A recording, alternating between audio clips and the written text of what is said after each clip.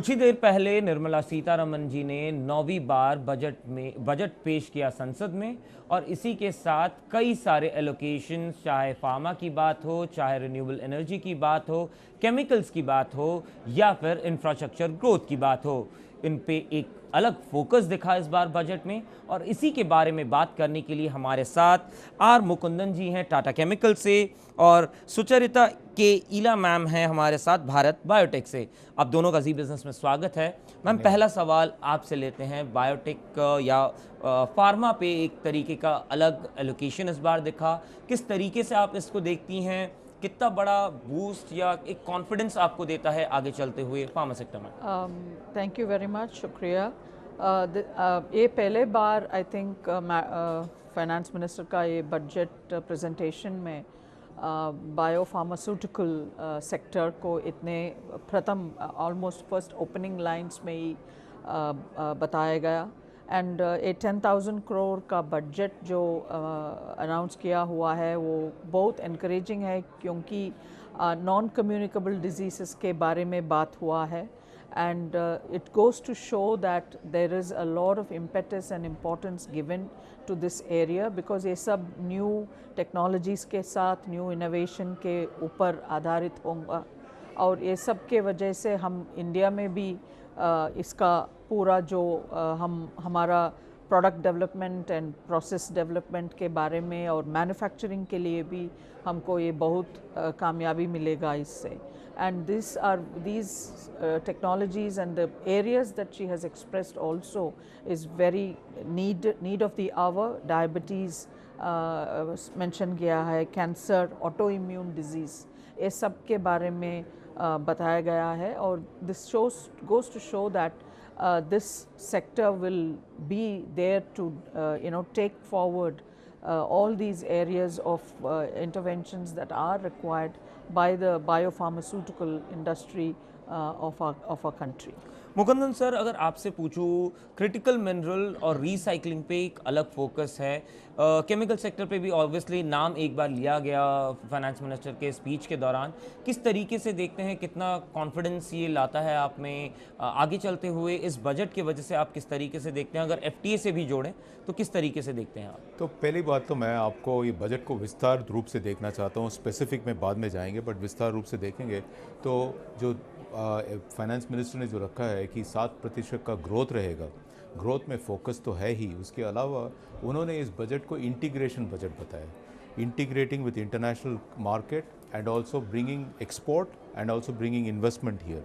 तो इसीलिए उन्होंने तीन संकल्प लिए हैं उसमें। उन्होंने एक तो accelerate economic growth, second fundamentally she has said is that we must also raise the aspiration of people, भारतीय जो हैं और अच्छा करना चाहते हैं उसको रेस करें। और तीसरा जो है, जो हमारे पिछड़े हुए वर्ग है उसके लिए सबका साथ सबका विकास। तो इसमें फर्स्ट स्टेप के लिए जहाँ एक्सेलरेट इकोनॉमिक ग्रोथ जो आपकी फोकस है, उसमें उन्होंने 3 चीज़ पे फोकस किया इस बजट में। Firstly structural reform, how do you continue to reform, and उसमें 7 की पॉइंट्स उन्होंने वेरियस मेजर्स हैं उसमें क्रिटिकल मिनरल भी आता है, उसमें केमिकल पार्क्स भी आता है। तो फर्स्ट वन है स्केलिंग मैन्युफैक्चरिंग, उसमें 2 आइटम उन्होंने जो चूज़ किया है, chemical park, critical mineral, semiconductor and biopharma, जिसके ऊपर ऑलरेडी हमारी जो वाइस प्रेसिडेंट है उन्होंने इसका जिक्र पूरा किया आपके साथ। दूसरा जो उन्होंने किया है कि rejuvenation of legacy industrial areas, which mean जो बहुत सालों से जो चल रहे हैं इंडस्ट्रियल एरियाज़, उनको टेक्नोलॉजी डाल के, एआई डाल के कैसे उनको रीजुवेनेट किया जाए। और तीसरा जो फोकस है वो हम लोग काफ़ी कह चुके हैं मिनिस्ट्री को, एमएसएमई हमारी पूरी इंडस्ट्री की बैकबोन है, और जो हमारे जो एमएसएमई उनके लिए क्लियर फोकस है। उसमें कई स्टेप्स हैं, ये स्पेसिफिक स्टेप्स मार्केट ने अभी तक फोकस नहीं किया है। एक तो स्टेप है कि इट ट्रेड्स, जो उनका जो प्लेटफॉर्म है उसमें सेंट्रल अपने जो पब्लिक सेक्टर अंडरटेकिंग्स हों, परचेज उसी के थ्रू करेंगे। जेम्स पोर्टल और ट्रेड्स को जोड़ने का जो सुझाव है उनका, फैंटास्टिक आइडिया, बिकॉज हम लोग जेम्स के परचेज भी करते हैं, जेम्स मार्केटिंग टूल है और ट्रेड्स क्रेडिट टूल है। और एमएसएमई के लिए क्रेडिट की जो एनहांसमेंट उन्होंने की, credit guarantee and credit access, ये इस पे एक्चुअली मार्केट रिएक्शन इतना हुआ नहीं है। आपने बोला कि कैसे देखते हैं बजट को, तो MSME focus is a very critical focus, and MSME actually is a bigger employment generator. अगर जॉब्स की बात करें वो बहुत इंपॉर्टेंट है। फोर्थ आइटम उन्होंने फोकस किया इंफ्रास्ट्रक्चर के ऊपर। उन्होंने ग्रोथ इन इंफ्रास्ट्रक्चर स्पेंडिंग तो है ही, उसके अलावा उन्होंने काफ़ी आइटम हैं, जैसे फॉर एग्जांपल इनलैंड वाटरवे। ये बिल्कुल ओडिशा में बहुत बार हम जा चुके हैं। ओडिशा में कहते हैं कि मिनरल एक जगह है और पोर्ट एक और जगह, कैसे लिंक करें, लॉजिस्टिक रिड्यूस कैसे करें। कोस्टल शिपिंग पे बहुत दिनों से हम बोल रहे हैं better than railway is very critical for us, but even better than railway is coastal shipping.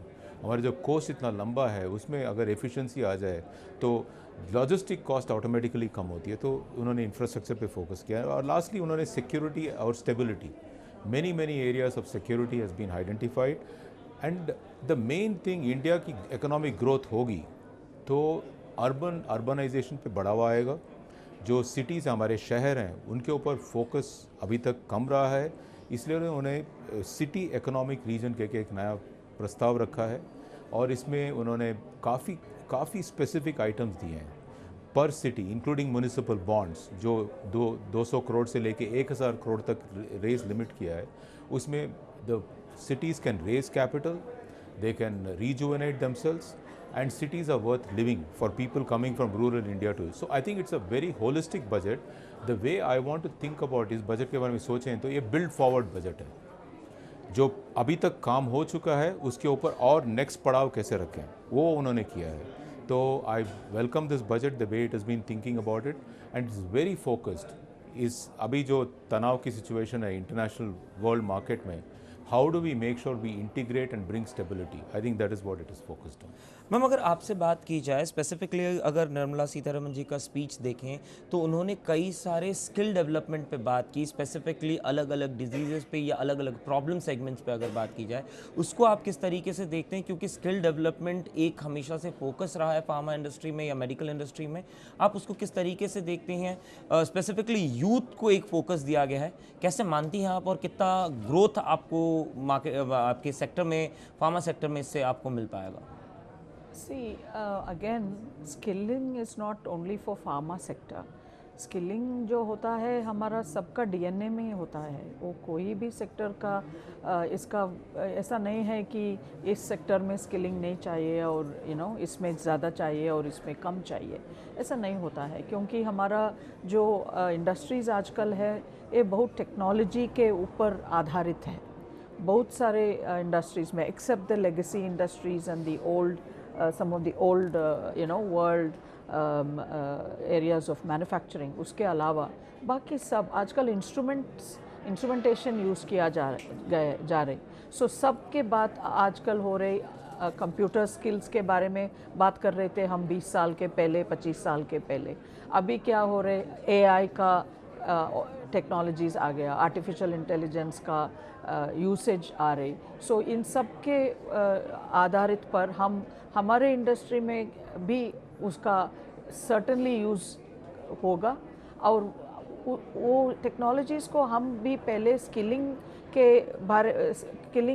के माध्यम में सीखना चाहिए, क्योंकि एग्जिस्टिंग एम्प्लॉयज़ भी जो है उनका भी रीस्किलिंग भी करना पड़ेगा हम लोग, क्योंकि वो लोग ये न्यू टेक्नोलॉजीज़ के बारे में उनको जानकारी इतना तो नहीं है। सो हमारे यूथ के लिए वो स्किलिंग होगा, क्योंकि उनके लिए ये नया सब्जेक्ट है और उनका एम्प्लॉयमेंट के लिए, जनरेशन के लिए भी ये बहुत यूज़फुल होगा। बट एग्जिस्टिंग ऑर्गेनाइजेशंस में हमारा जो एग्जिस्टिंग एम्प्लॉयज़ है उनको भी हम अपस्किल करना पड़ेगा और आगे बढ़ने के लिए उनका प्रोडक्शन में या कुछ भी एरियाज़ में।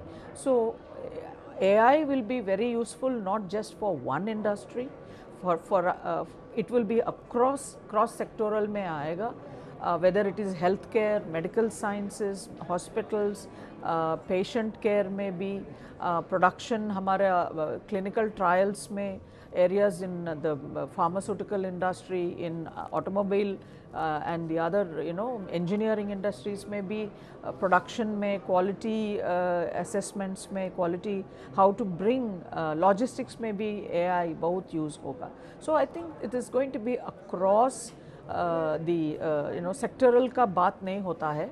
Skilling is going to help all of us, whether we are in industry existing, pre-existing, or even the new entrants, उन्होंने जो उनका बेसिक एजुकेशन जो लिया हुआ है बट वो काफ़ी नहीं होगा, सो उसके ऊपर उसके अलावा और कुछ क्या नया सीखने का तरीका मिलता है. सो AI and all these other platform technologies which we have to incorporate in our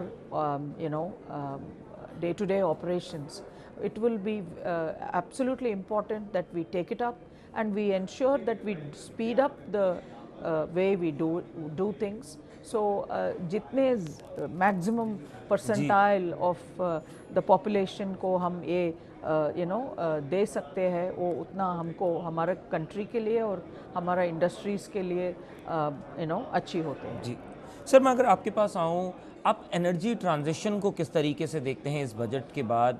किस तरीके का फोकस एनर्जी ट्रांजिशन पे यहाँ पे दिया गया है?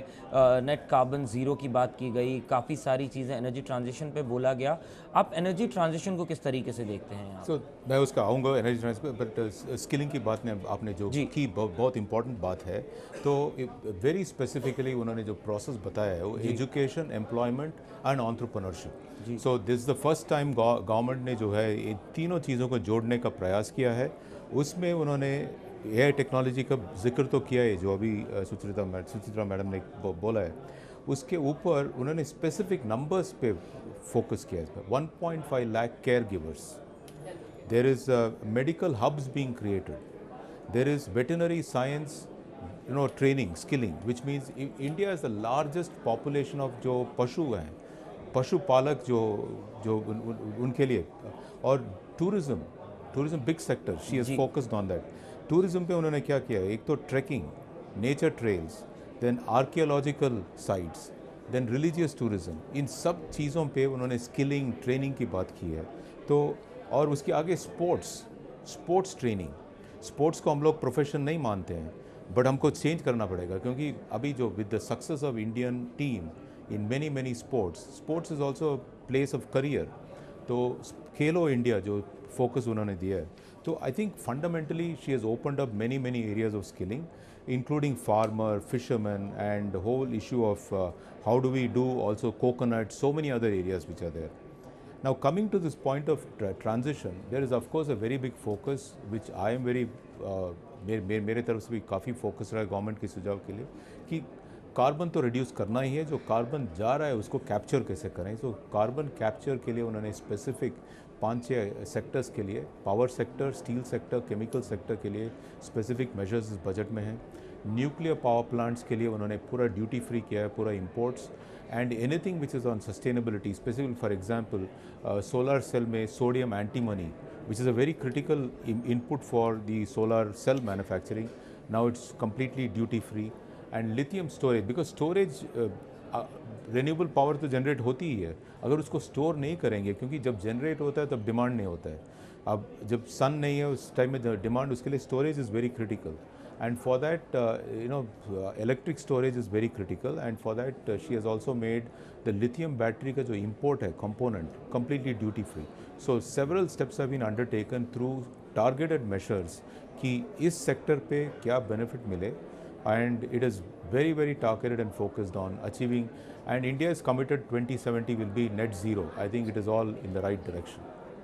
मैम, अगर आपसे बात की जाए, India global manufacturing pharma sector के लिए बोला जाता है, ऑलरेडी इस पे भी काफ़ी फोकस है.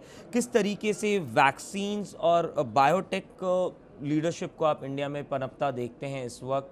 ऑब्वियसली बजट में एक पुश मिल रहा है, किस तरीके से देख रही हैं आप इसको मैम?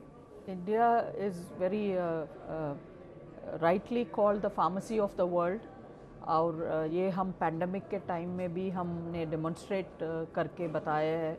हमारा drugs and viral antivirals were all sought from many other countries of the world, and we have India proved herself by manufacturing 2 vaccines, developing 1 vaccine and also manufacturing 2 vaccines for the country, for a billion population. Which automatically translated to 2 billion doses of vaccines with the booster and all, it was like 3 billion doses of vaccine.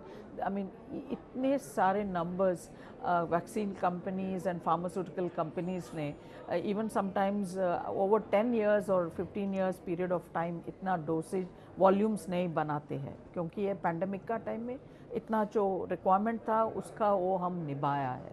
So India has demonstrated very well clearly, but what we have to now get into is how we can push ourselves to the next threshold levels. We need to bring in IP, intellectual property rights आना चाहिए, क्योंकि technologies उसके ऊपर आधारित है. और if we have to climb on the global order of making our own products in terms of pharmaceuticals and vaccines, we just have to catch up with the technology and the innovations that are going around in the rest of the world.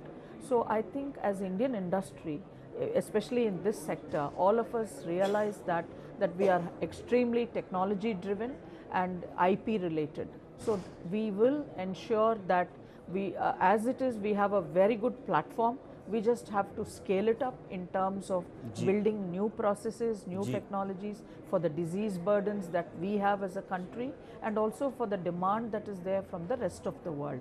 And I'm sure with the educational background and the research capabilities that we are having in the country, we will be able to take this forward in the right direction. बिल्कुल ma'am, आपने सिर्फ ना कि हिंदुस्तानियों के लिए बल्कि विश्व में कई देशों के लिए हमने उस वक्त वैक्सीन बनाया. आप कोविड वैक्सीन की बात कर रही थी, पीएम का एक अलग फोकस था उस पर, और उसके वजह से हमने ये किया. जी मैम, जी वजह से बात करने के लिए आप दोनों का बहुत बहुत शुक्रिया. Thank you.